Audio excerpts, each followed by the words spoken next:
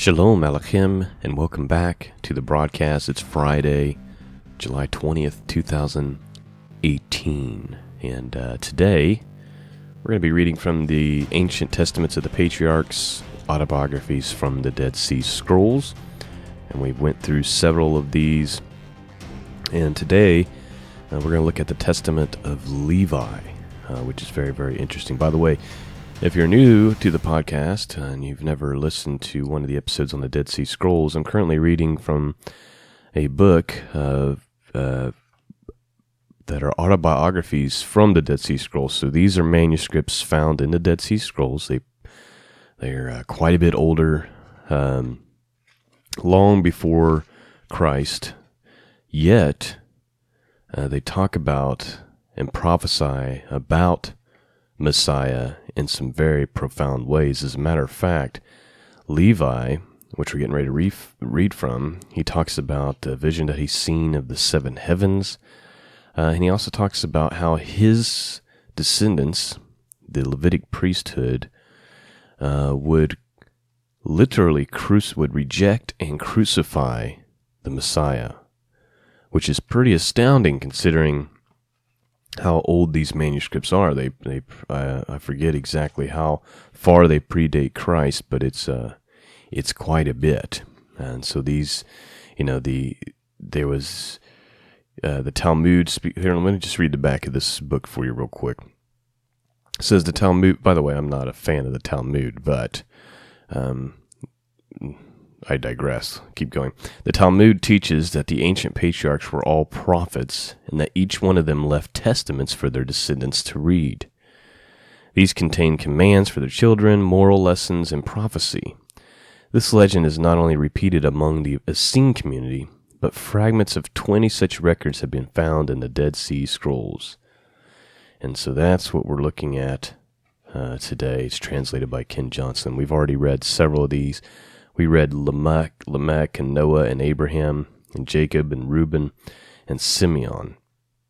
And if you haven't listened to any of these, go back and listen to some of these. They're pretty amazing. Some of the things that are talked about in these scrolls. So anyway, that's what we're going to be getting into today. So I lost my spot. Here we go. So I'm just going to go ahead and start reading, and if you hear thunder or anything like that in the background, it's because it's storming this morning.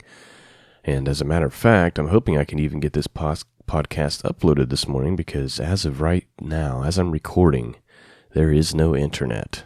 So if this doesn't make it out Friday morning and it ends up being Saturday morning, that's why. No ability to upload. So I apologize in advance if that's the way this plays out. But hopefully it's all back by the time I'm done recording and we can get it uploaded for you. All right. Testament of Levi concerning the priesthood and arrogance. The copy of the words of Levi to his sons, including his commands and prophecies. He was in good health when he called them to him, for it had been shown to him that he should die. And when they were gathered together, he said to them, I, Levi, was born in Haran. When I was young, my father moved us to Shechem.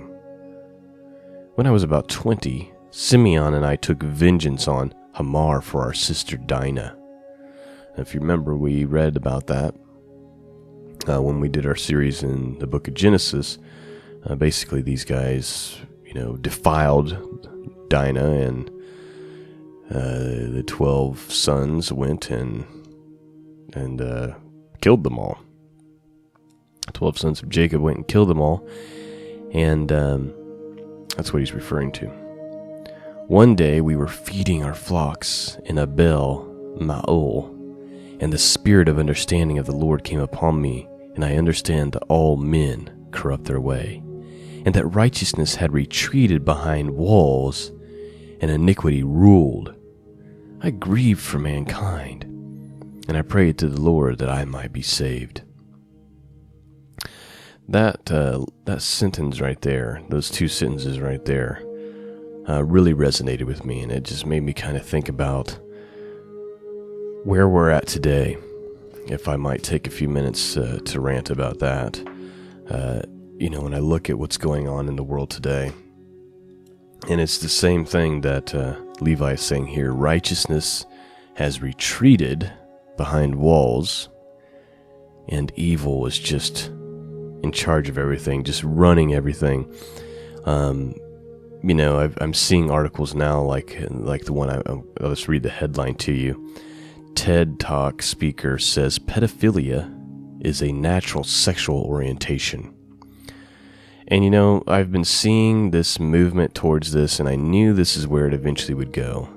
Because once you open the door and you say, hey, perversion's okay, it just manifests and grows. And it's went from, it's all the way down to this now, where we're talking about where they're trying to make it okay even for pedophilia, friends. This is how sick this world has gotten. This article says he's pro-incest, pedophilia, and rape, and he's also running from Congress from his parents' house. And it says it's talking about somebody named Nathan Larson. And I'm just pointing this stuff out just to show you, because it doesn't get any more disgusting and filthy than this. And so when I read that, and I've got a lot of headlines, but I just do not have, I just don't want to get into it this morning.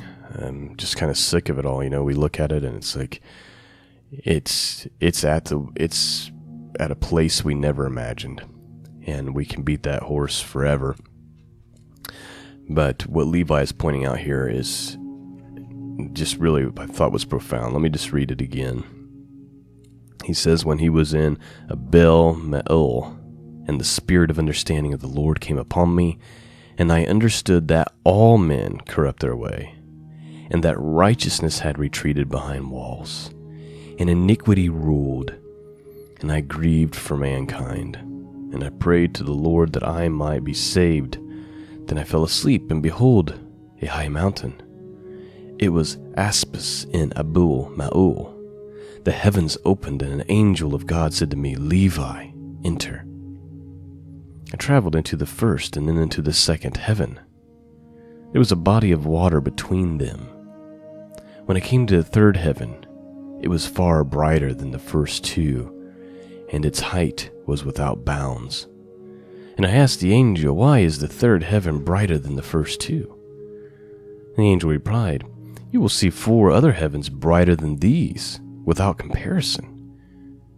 For you will stand before the Lord, be his minister, reveal the Redeemer of Israel, and his mysteries to men. The Lord will appear among men through you and Judah, saving them out of every race. Serving the Lord will be your portion in life. Listen concerning the 7 heavens. The lowest is darker because it is near all the iniquities of men. The second has fire, snow, and ice ready for the day of the Lord, when the righteous judgment of God is poured out in vengeance on the wicked. And the third are the hosts of the armies, which are ordained for the day of judgment, to work vengeance on the spirits of the seat of Belial. The top 4 heavens are holy, for in the highest of all dwells the great glory, and in the Holy of Holies far above all holiness. In the 6 are the angels of the presence of the Lord, who minister and make propitiations to the Lord for all the sins the righteous committed in ignorance. And they offer to the Lord a reasonable, sweet-smelling Savior, and a bloodless offering. In the 5th heaven are the angels who bear the answers to the angels of the presence of the Lord. And in the 4th heaven are the thrones and dominions, in which hymns are ever offered to God. Therefore, whenever the Lord looks upon us, all of us tremble. The heavens and the earth and the abysses tremble in the presence of his majesty. But the sons of men who do not regard these things sin and provoke the Most High. Before I go on, this idea of multiple layers of heaven is not a new one. Even the Apostle Paul talks about it. And I don't have internet on my computer right now, but let me see if I can find it real quick on my phone. But I believe Paul talks about being caught up to the third heaven, right? Yeah, in the book of Corinthians. 2 Corinthians 12:2. Let's see here.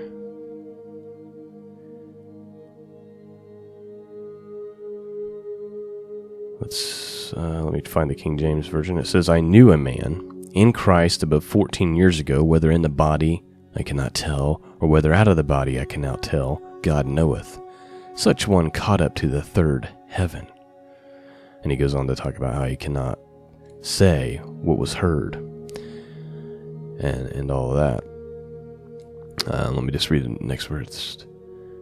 Only God knoweth. Verse 4. How that he was caught up into paradise and heard unspeakable words, which is not lawful for men to utter. So he's just, Paul's talking about being caught up to the third heaven. So this idea of multiple layers of heaven is not, is not something that should be strange to us. We'd find it right there in our scriptures.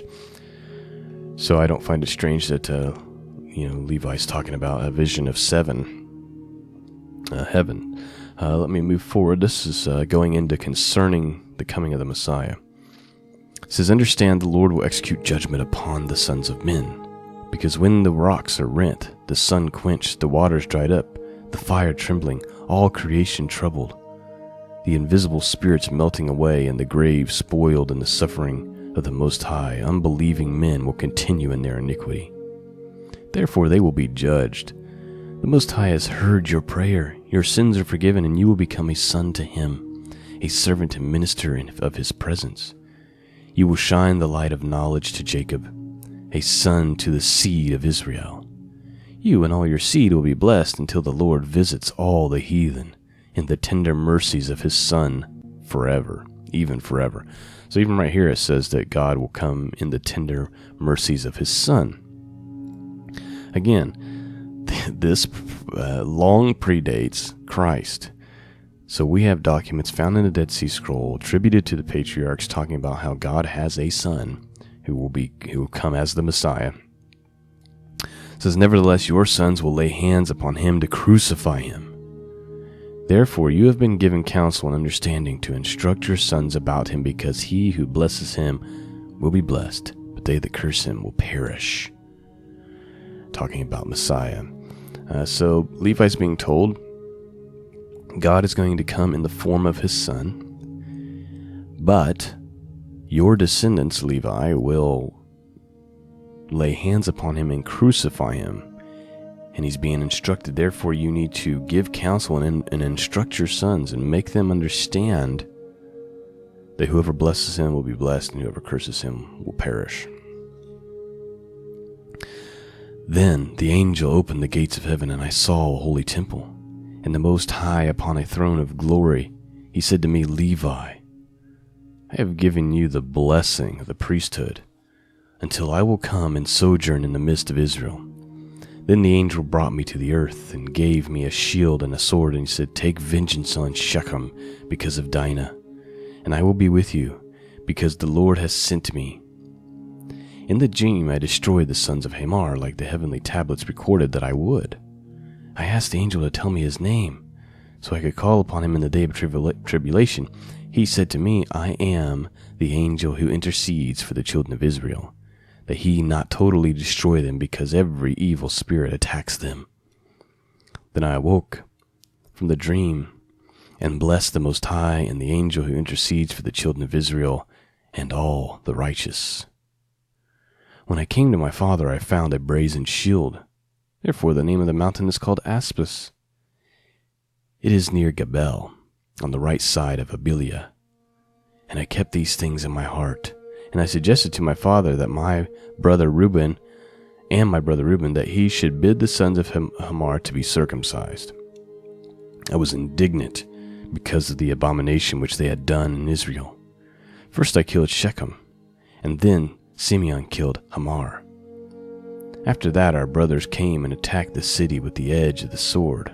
Our father heard it and was very angry, and he was grieved that they were put to death after they were circumcised. He still blessed us, but it was a sin because we did this without his knowledge, and he was sick all that day. But I knew that this was proper sentence that God had passed on Shechem, for they had tried to do the same thing to Sarah as they did to Dinah, our sister. But the Lord hindered them. Not only that, but they persecuted Abraham our father when he lived near there by shamefully harassing his flock shepherds, and Jebli, his servant, who was born in his house. This is what they did to all strangers, taking away their wives by force and exiling the men. But the wrath of the Lord hit them suddenly and completely. I said to my father, Sir, please do not be angry. The Lord will destroy all the Canaanites and give the entire land to our descendants. From this day forward, Shechem will be called a city of those who are without understanding. For as a man mocks a fool, we mock them because they wrought folly in Israel by defiling our sister. We took our sister and went back to Bethel. And that's really as far as I've personally read.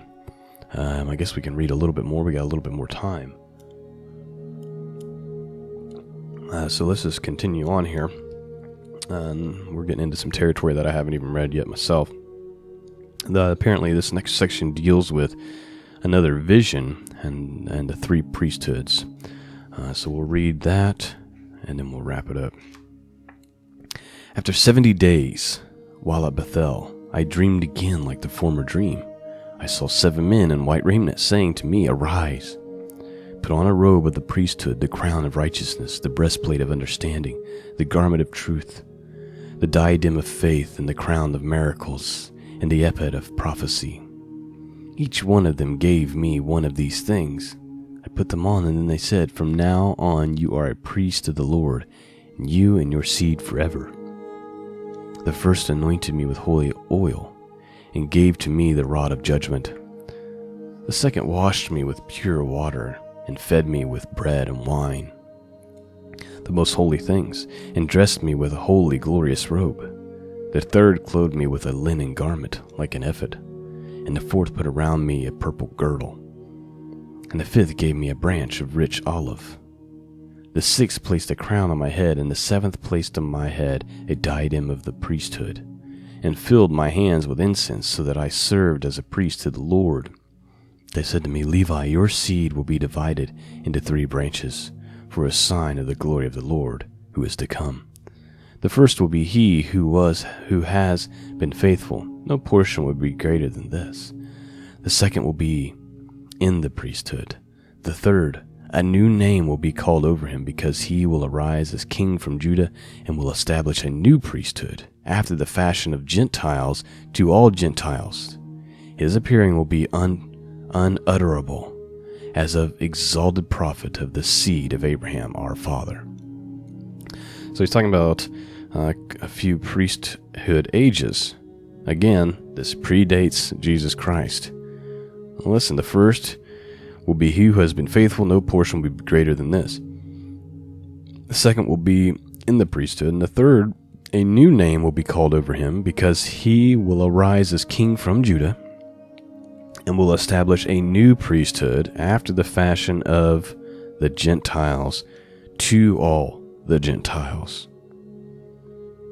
His appearing will be unutterable, as of an exalted prophet of the seed of Abraham our father. Every desirable thing in Israel will be for you and for your seed, and everything fair to look upon will you eat. And the table of the Lord your seed will apportion, and some of them will be high priests, judges, and scribes, for by their mouth will the holy place be guarded. When I awoke, I understood that this dream was like the former dream. I hid this also in my heart and did not tell anyone. All right, I'm going to stop right there for the sake of time, and because the neighbors have let their dog out, which likes to bark uncontrollably which is real nice this early in the morning, but it is what it is. I try to get this podcast done before that time because inevitably that's what takes place. But I'm out of time anyway, so hopefully you enjoyed this reading from the Ancient Testaments of the Patriarchs by Ken Johnson. I felt like this book here, or this manuscript here with this testament, this autobiography attributed to Levi, was very, very interesting. All the predictions about the Messiah and that situation. I mean, that's hard to deny. I mean, it's hard to try to suggest that those prophecies, aren't real when they so accurately prophesy what took place. Down to even that the Messiah would be crucified. That's really hard to deny there. So I think there's something to these manuscripts, and I'm a big fan of the Dead Sea Scrolls, and I think we should all be paying attention to the Dead Sea Scrolls and those kind of things, but not many in the church do. Very few Bible teachers will teach from these things. There's very, very, very few. And so hopefully this podcast is one of those places where you can come and not only get the biblical truth and commentary and reading and all of that, but you get some of this other stuff that helps fill in some of these gaps, and hopefully is a great blessing to you. Well, that's the podcast for this morning. If you enjoy the podcast and you want to return the favor as far as blessing is concerned, you can go to scriptureandprophecy.com, and all the information is there. There's a support tab at the top. Your prayers are most coveted. If you would pray for me and my family, I would greatly, greatly appreciate it. Well, that's all I've got for you this morning. God willing, Lord willing, I will be back with you come Monday morning. Peace and grace be with all of you. Have a blessed weekend. God bless you.